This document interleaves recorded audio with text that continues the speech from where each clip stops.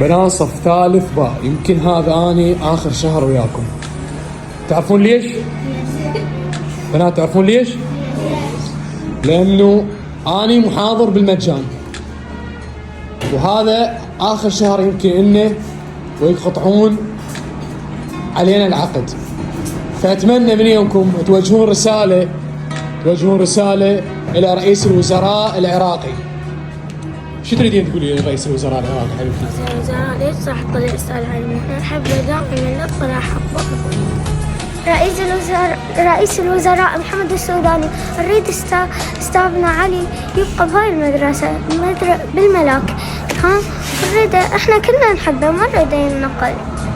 يا وزير الوزراء سيد محمد السوداني، اريد استاذ علي بالملاك بهاي المدرسة. يا رئيس الوزراء نريد استاذ علي